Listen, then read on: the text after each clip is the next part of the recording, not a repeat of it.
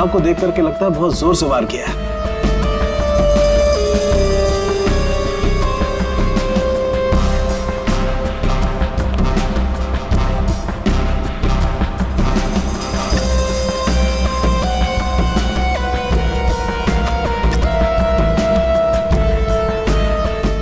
चाकू तो किचन का ही है। सिर का घाव चाकू का तो नहीं है ना? नहीं, सिर का घाव चाकू का नहीं है। सिर पर किसी भारी चीज से वार किया गया है। वो भारी चीज है ये फूलदान।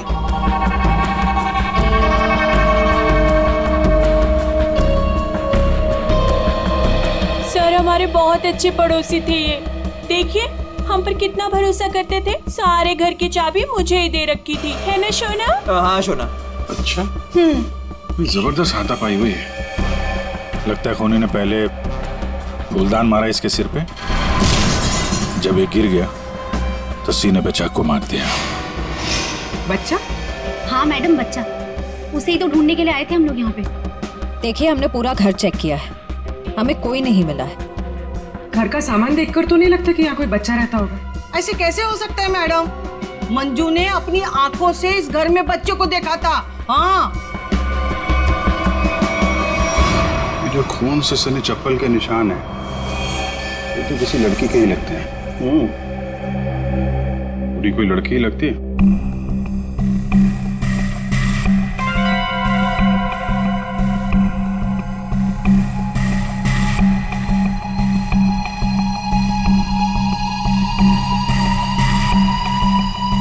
हो सकता है अभिजीत, खूनी कोई लड़की हो सकती है। मानसी कौन है? सर विशाल जी की बीवी। विशाल जी तो अकेले ही रहते थे ना? सर छोड़कर चली गई थी ना, जब भी आती थी ना सर दोनों में खूब झगड़ा होता था। वैसे तो वो दिन रात बाहर ही रहती थी, है ना शोना? हाँ शोना। बेटे एक काम करो, किचन में जाकर के कुछ चम्मच कढ़ाई कड़छी लेकर के आ जाओ।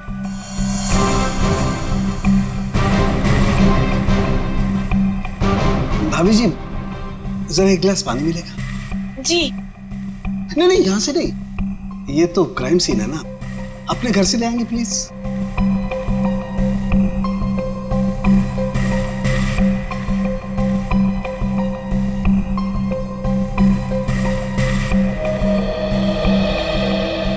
Thank you.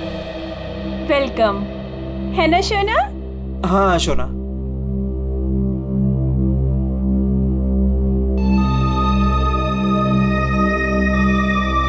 फिर से चोरी, सुधरेगा नहीं तू। ये भाई साहब, चोरी नहीं कर रहा हूँ, आपका काम आसान कर रहा हूँ, सबूत इकट्ठे कर रहा हूँ। अरे मालूम है यार, तेरा दिमाग काम करने लगा है। क्या क्या अभी थोड़ी कर रहा है, हमेशा से करता है। अरे हाँ हाँ पता है।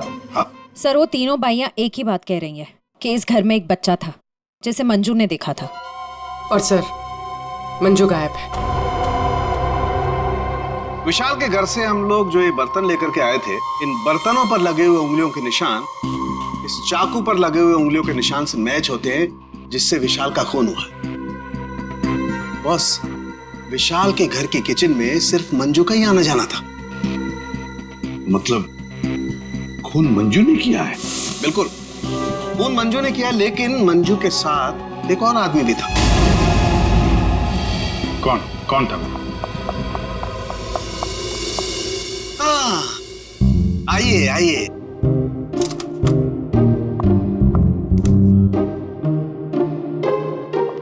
सॉरी। ये टाइम है आपके आने का। वो सर एक्चुअली बाहर है ना। अरे बाहर बारिश बहुत है सर, ऑटो टैक्सी आसानी से मिलती नहीं है। ऐसे में बेचारी तारिका जी इतनी मुसीबत से यहाँ पर आई हैं और आप उन्हें डांट रहे हैं। ओह अच्छा, तो आपको तारिका जी से इतनी हमदर्दी है तो आप एक काम कीजिए, तारिका को लाने ले जाने की जिम्मेदारी ले लीजिए ना।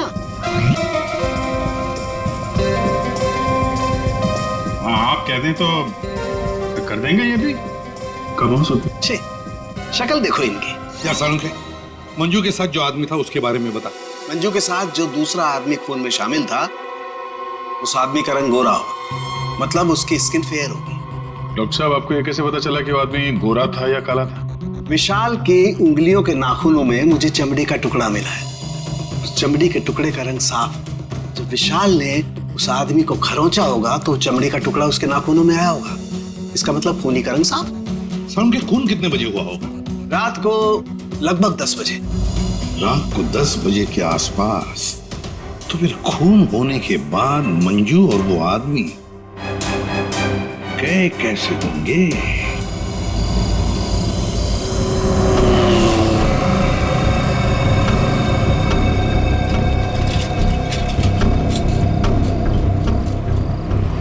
अरे सुनो भाई साहब। हाँ साहब।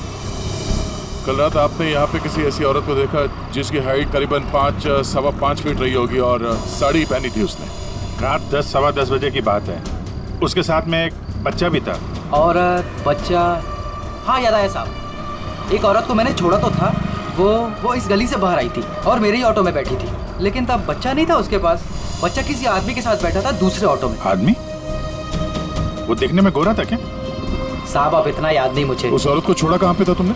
साहब उस औरत को काली नगर जाना था और मैंने उसे वहीं उतार दिया था। ठीक है, एक काम करो, जहाँ पे तुमने उस औरत को छोड़ा था ना, हमें वहाँ पहुँचा दो। ठीक है, चलिए साहब।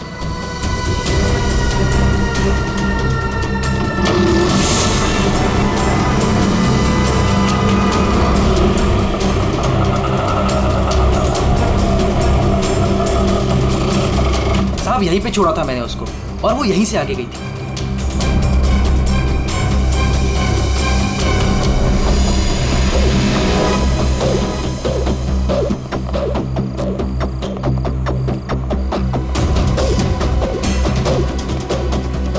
Excuse me. हाँ साहब। आप किसी मंजू नाम की औरत को जानती हैं? दूसरों के घरों में काम करती है और कल रात यहाँ पे 10-10:30 बजे आई है किसी ऑटो में। मंजू? हाँ। मंजू को तो जानते हैं रमेश साहब, कल आई थी इधर, दिन में आई थी। दिन में? हाँ साहब, वो दिन में उर्मिला को मिलने आई थी। और साहब उर्मिला कल रात को आई थी। जिसे हम मंजू समझ रहे हैं, कहीं वो उर्मिला तो नहीं? उर्मिला कहाँ रहती है आप जानती हैं? उर्मिला ये के सब मेरे सामने रहती है। मंजू और उर्मिला एक दूसरे को बहुत अच्छी तरह से जानती है साहब। और उर्मिला है ना, आजकल बहुत परेशान रहती है अपने बच्चे के लिए। क्यों? क्या हुआ उसके बच्चे को? वो उसका बच्चा राजू है ना, कई दिनों से गायब है साहब। ओह, ये इनके घर पे ताला लगा हुआ है। कहाँ गई है? वो मेरे को नहीं मालूम है साहब। ठीक है, थैंक यू। Thank you. इस विशाल के घर पे फिर से जाते हैं। ठीक है, आप रेडी? तुमको और श्रेया को जरा काली नगर आना होगा अभी।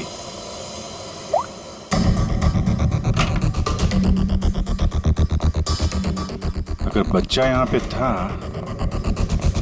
तो गायब कहाँ हो गया?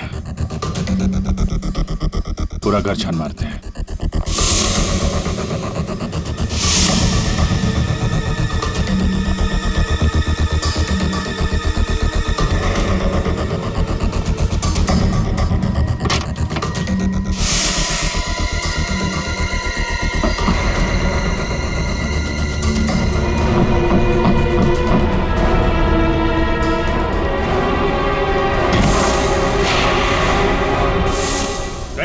पूर्वी,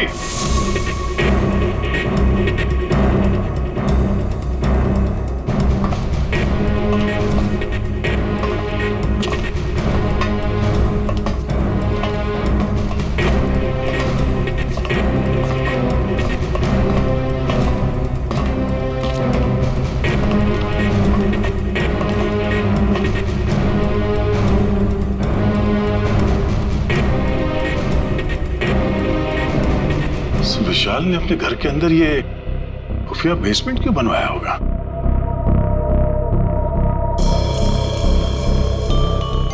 सर ये देखिए, यहाँ पर तो बच्चों के खिलौने और कपड़े भी हैं। बच्ची के कपड़े? ये देखो। सर लेकिन बच्चों को यहाँ किस लिए रखा गया होगा, वो भी इस तरह छुपा कर? मानसी, विशाल की पत्नी, उसे जरूर पता होगा क्या चल रहा है यहाँ पे। Wow! Oh my God sir, क्या स्किन है आपकी। आई मीन कितनी ग्लो कर रही है। वैसे आपको ब्यूटी टिप्स की कोई जरूरत तो नहीं है, लेकिन मैं आपकी स्किन को और भी ज्यादा सुंदर बना सकती हूँ। बस एक बार आपको मुझसे फेशियल करवाना पड़ेगा।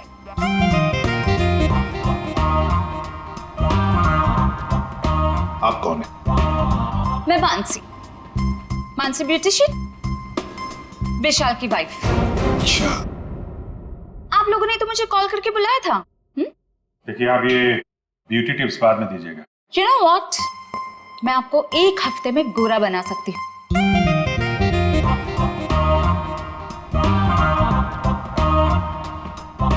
Excuse me. मैं और हैंडसम बनने के लिए क्या कर सकता हूँ? सॉरी, आपका कुछ नहीं हो सकता। हमने आपको यहाँ पे ब्यूटी टिप्स देने के लिए नहीं बुलाया। आपके पति विशाल अपने घर के बेसमेंट में बच्चों को क्यों रखते थे? हाँ? What? कौन सा बेसमेंट? कौन सा बच्चा? आप और विशाल जिस घर में रहते थे, वहां पे हमें एक सीक्रेट बेसमेंट मिला है, जहाँ पे वो बच्चों को छुपा के रखता था। Really?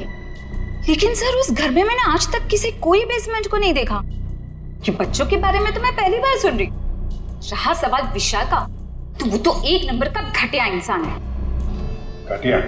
So you know what? विशाल बहुत पैसे कमाता था, लेकिन मेरे से और किसी को भी नहीं पता कि वो इतने सारे पैसे कहाँ से लाता था। कहाँ से लाता था? सर, पता है, विशाल ना होटल्स एंड रेस्टोरेंट्स में घूमता था, वो भी अलग अलग लड़कियों के साथ, और ढेर सारा पैसा लाता था। छी। अच्छा, और इसी वजह से मैं उसे डिवोर्स देना चाहती थी, और सबूत इकट्ठा करने के लिए मैं उसके पीछे पीछे भी घूमती थी। इस बात का कोई सबूत है आपके पास? सबूत है ना?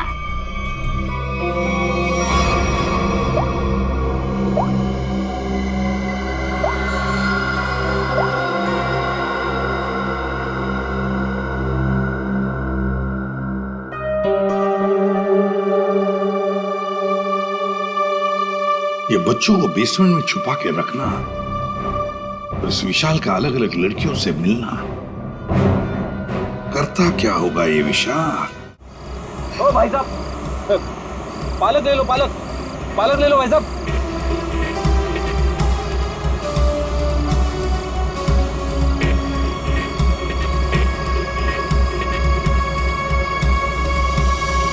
बहुत रात हो गई श्रेया, मुझे तो नींद आ रही है। ठीक है सर, थोड़ी देर आराम कर लेते हैं।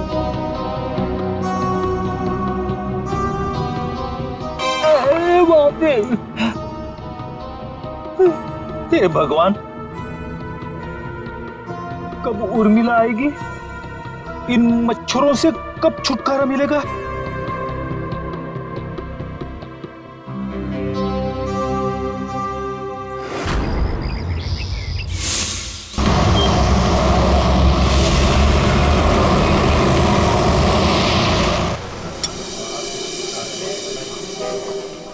एक्सक्यूज मी, सुनो जरा। जी साहब। ये फोटो देखो, इस औरत को पहचानते हो? हाँ साहब, ये लड़की अक्सर यहाँ आती रहती है। आज आई है? आज सर, वो देखो आ रही है।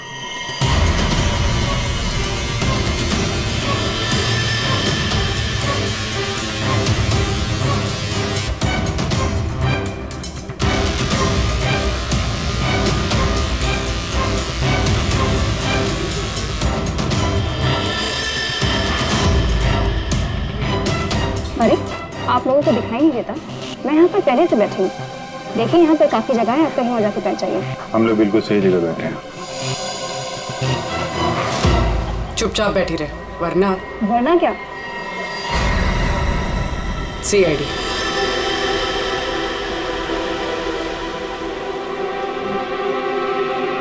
समझदार।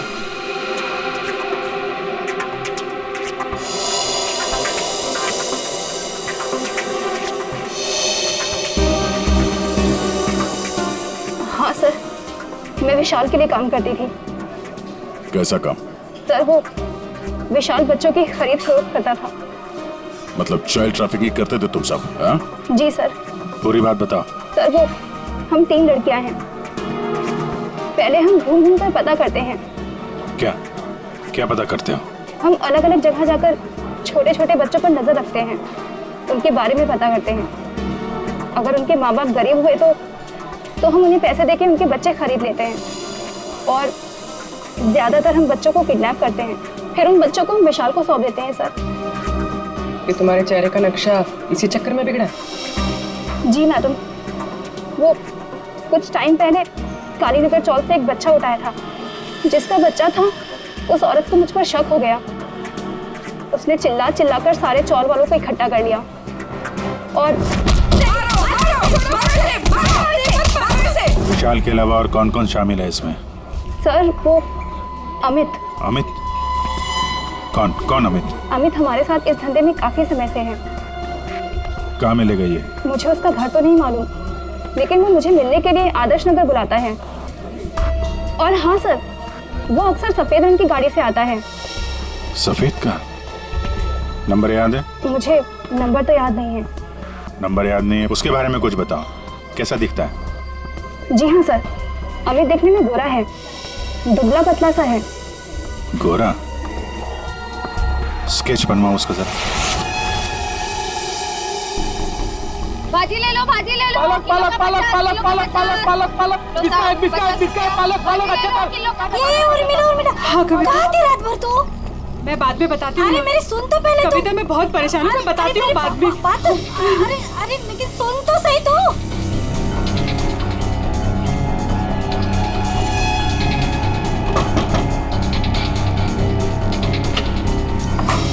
उर्मिला जी। जी, आप लोग कौन? हम लोग सीआईडी से हैं। क्या हुआ साहब? आप ये बताइए, ये मंजू आपसे क्यों मिलने आई थी? साहब वो मेरे बेटे राजू के बारे में बताने आई थी साहब। क्या हुआ?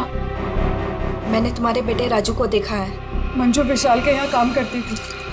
उसने जब राजू की हालत के बारे में बताया तो मैं विशाल के घर अपने बेटे को लेने चली गई साहब। आपका बेटा कैसे किडनैप हुआ था? किडनैप? नहीं साहब, वो किडनैप नहीं हुआ था साहब। कोई संस्था वाली आई थी, उन्होंने कहा कि मेरे बेटे को अच्छे स्कूल में पढ़वाएंगे। मेरी हिम्मत मारी गई थी जो उनकी बातों में आ गई, और खुद अपने राजू को उन्हें दे दिया साहब। और इस काम के लिए साहब उन्होंने कुछ पैसे भी दिए थे।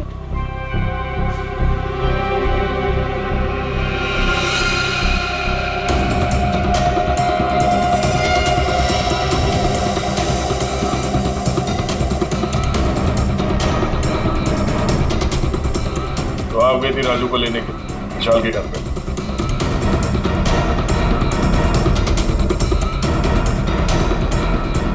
हाँ साहब। और वहां जाके तुमने विशाल का खून कर दिया। साहब मुझे नहीं पता था, मुझे नहीं पता था वो मर जाएगा, मुझे नहीं पता था। तब बताओ क्या हुआ था वहां पर? साहब मैं अपने राजू को लिया, जैसे इस घर से निकलने लगी तभी विशाल वहां आ गया।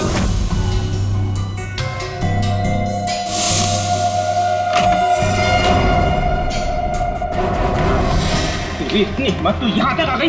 हाँ, मैं अपने बच्चे को इस नर्क से निकालने आई हूँ और मैं इसे निकाल के रहूंगी। मुझे कोई नहीं रोक सकता, कोई भी नहीं। तू इधर आगे क्या कर रहे हो?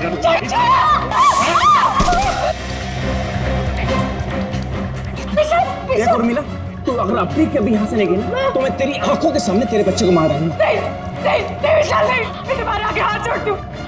विशाल मेरे बच्चे को वापस दे दो, नहीं तो क्या? तू मुझे धमकी देती है? वो मेरे बच्चे को जान से मारने की धमकी दे रहा था। मैंने फूलदान उठाया, उसके सर पे जोर से दे मारा।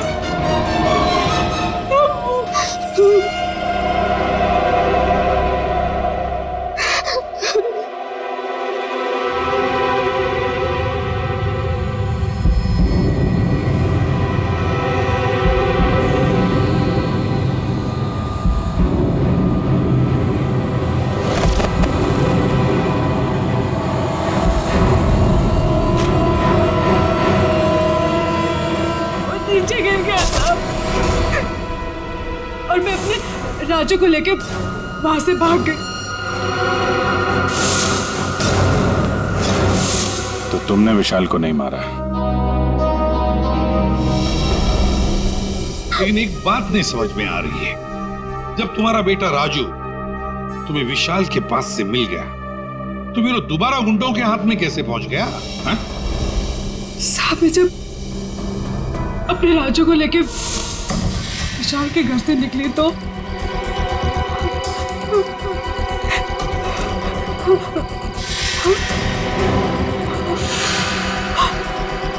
क्यों, किधर चली?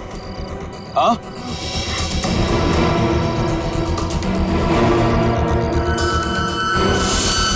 मेरे लिए मेरे बच्चे की जान सबसे कीमती है साहब। मैं क्या करती? मेरे राजू को ले गए साहब, ले गए। देखिए, आप हौसला मत हारिए, हम आपके राजू को जल्दी ले आएंगे। इस आदमी को पहचानते हो? अमित नाम है इसका। नो हेल्प, नो हेल्प, मैं अपने पैर पे खड़ा हो सकता हूँ। साहब आप एक काम करो, यहाँ सामने में एक बंगला है, वहाँ जाके पता लगाओ, वो सब बता देंगे। आप ठीक है, ठीक है, बैठ जाओ, बैठ जाओ, ये लो।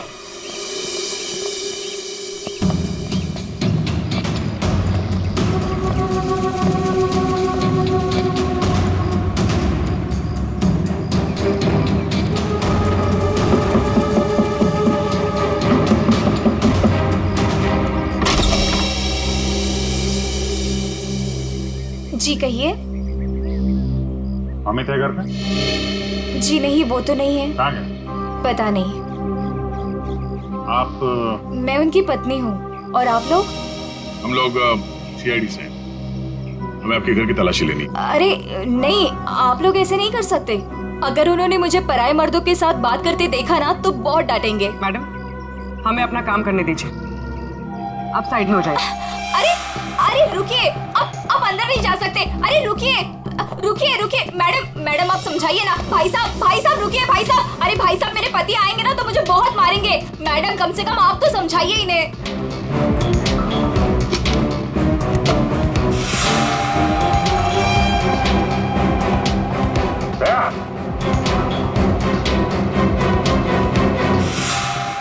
ये औरतों की विग, पेंसिल हिल वाली सैंडल है, ये इतने मॉडर्न कपड़े। ये अमित की बीवी तो इतने बड़ा घूंघट वाली है, ये पहनती होगी क्या ये सब? ये विग, ये मॉडर्न कपड़े, ये सब किसके हैं? जी वो तो मैं कभी कभी उनके लिए बस। क्यों, क्या हुआ? आप जरा अपना घूंघट हटाएंगी? हे भगवान, आप कैसी बातें कर रहे हैं? मैं पराये मर्दों के सामने अपना घूंघट नहीं उठा सकती। मैं तो औरत हूँ, मुझे दिखा दीजिए अपना चेहरा। नहीं। अरे नहीं।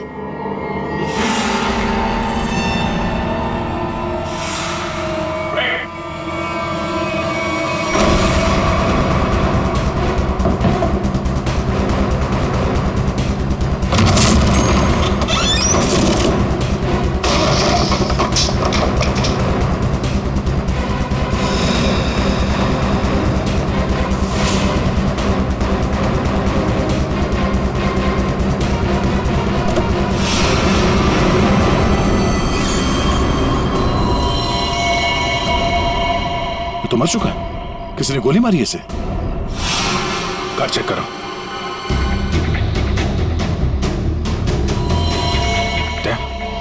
ये देखो, गाल पे खरोच के निशान, विशाल के नाखून कहीं होंगे। यही है वो गोरा आदमी अमित जिसने विशाल का खून किया, अब खुद मारा गया। हाँ? ये देखिए, कोई राजू तो नहीं है इसमें, या फिर कोई और बच्चा?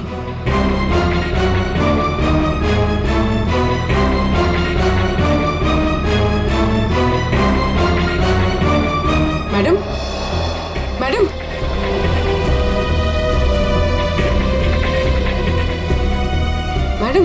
ठीक हैं? होश में आइए। ठीक है आप? हाँ, मैं ठीक हूँ। आप है कौन? मैं मंजू हूँ। मंजू। राजू का है? राजू मुझे पता नहीं। वो लोग राजू को लेके गए हैं। मैं बचाने गई थी तो उन्होंने मुझे बांध के यहाँ डाल दिया। तो फिर राजू है कहाँ? इनको अंदर ले जाओ। पंकज, एम्बुलेंस बुलाओ जल्दी।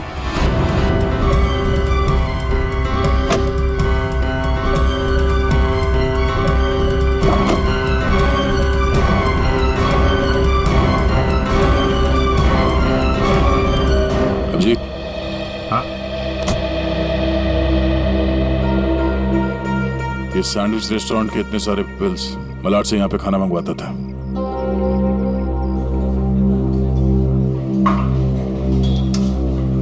अरे वो manager, thank you. Excuse me sir. Sir यहाँ पे कोई काम मिलेगा सर? सर मुझे इंटर्नशिप करना है सर। सर मैं फ्री में काम करूंगा सर।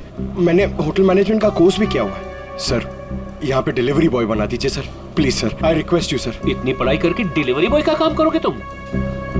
ठीक है, थैंक यू सर।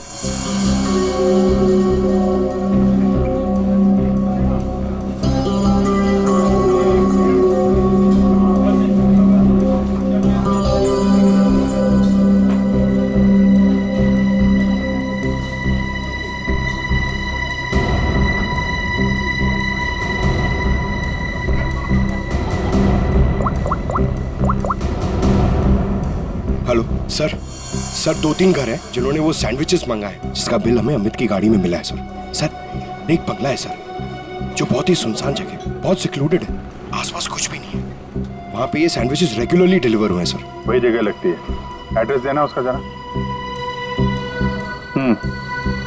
ओके, तेरा नंबर ना। एक काम करो, मैं उस एड्रेस से ऑर्डर करता हूँ, तुम डिलीवरी लेकर वहाँ पहुँचो। Okay? Yes sir, yes sir. Hello, हाँ कहिए। 4 सैंडविच, एड्रेस? हाँ हाँ हाँ हाँ, आ जाएगा, जल्दी भेज रहा हूँ। हाँ सुनो बेटा, सर मैं जाता हूँ सर, फ्री में डिलीवरी। हाँ हाँ जाओ, लेकिन डिलीवरी जल्दी करना। हाँ जाओ।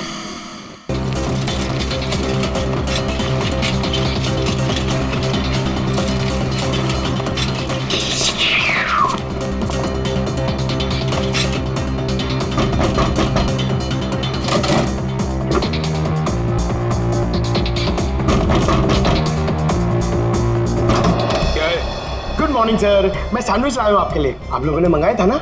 हमने कोई सैंडविच नहीं मंगाया था। अरे तो किसी और ने मंगाया होगा। एक मिनट, किसी ने नहीं मंगाया था। चलो जाओ यहाँ से। वो आ गया है तो खाना तो पड़ेगा।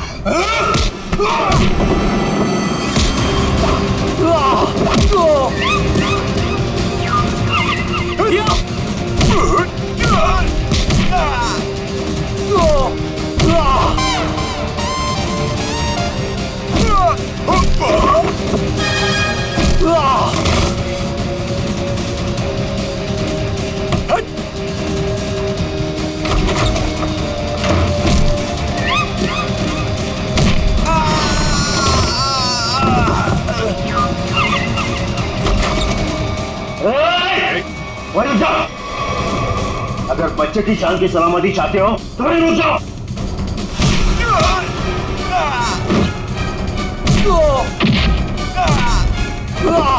राजू अभी भी यही है, इसका मतलब डील नहीं हुई है। अच्छा बैठो बैठो बैठो, कुछ नहीं हुआ, कुछ नहीं हुआ, सब ठीक है, घबराओ नहीं। कौन है सबके पीछे? हमें कुछ नहीं पता, हमें जो बताया जाता है हम वही करते हैं। अच्छा, हम आपको आपकी मम्मी के पास ले जाने आए। सच में अंकल, आप बहुत अच्छे हैं।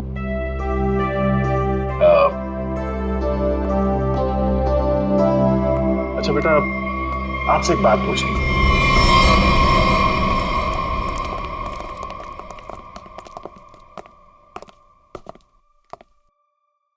सर मैंने आपको बताया ना, हमारे पास सिर्फ चाबी रहती थी, फिर हमें यहाँ क्यों लाया गया?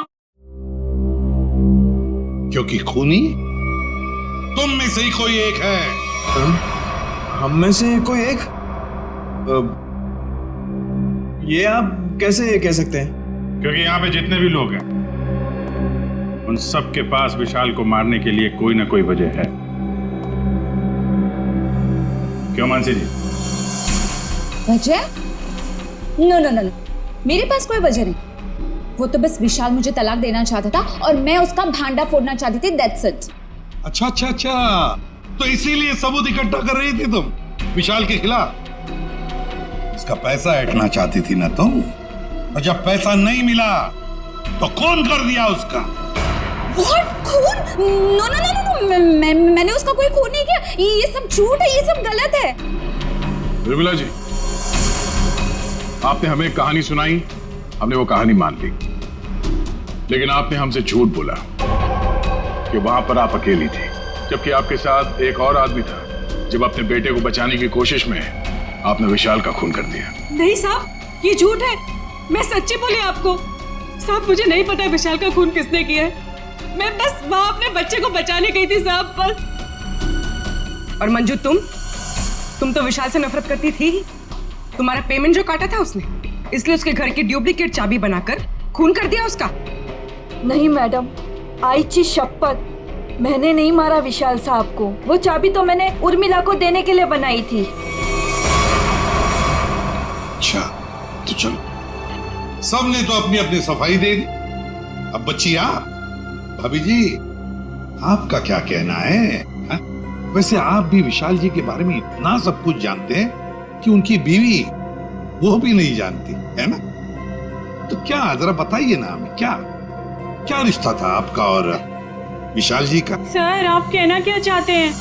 मैंने आपको बताया ना सर, विशाल जी हमारे बहुत अच्छे पड़ोसी थे। सर मैं गीता पर हाथ रखकर कसम खा सकती हूँ कि मैंने कुछ नहीं किया। शोना, बोलो ना। हाँ शोना जी बोलिए। आप तो एकदम चुप हो गए हैं, कुछ बोलिए। हाँ बोलता हूँ ना। ये ठीक कह रही है शोना, हम लोग तो सिर्फ अच्छे पड़ोसी थे। अच्छे पड़ोसी थे तुम? तो फिर बताइए ललित जी, कौन खून कर सकता है इनमें से?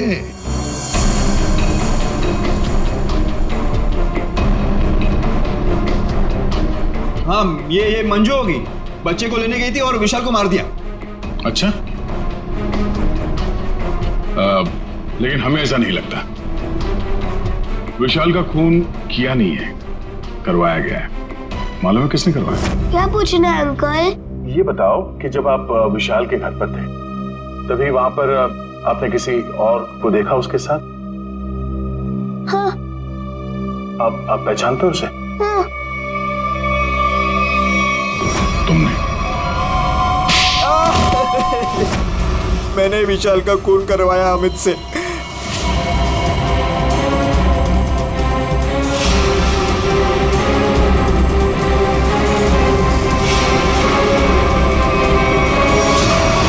मैंने पैसों के लिए बच्चों को बेचा। मुझे पैसे कमाने थे। पैसे कमाने थे तो कुछ भी करेगा। छोटे छोटे मासूम बच्चों को उनके माँ बाप से दूर रखा तुमने। पैसों के लिए इतना घिनौना काम किया। और जब मंजू ने राजू को पहचान लिया तो तुमने मंजू को भी मारने की कोशिश की ताकि वो तुम्हारे बारे में किसी को ना बताए। कानून तुम्हें कड़ी से कड़ी सजा देगा।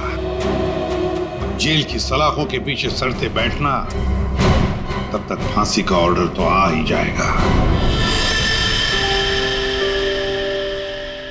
अपने आसपास हो रहे अपराध और अन्याय के खिलाफ आवाज उठाना बहुत बहादुरी का काम होता है, और ये बहादुरी मंजू तुमने दिखाई, जिसकी वजह से राजू की जान बच गई। माँ, मैं भी एक दिन दया अंकल जैसा बनूंगा और सबकी मदद करूंगा।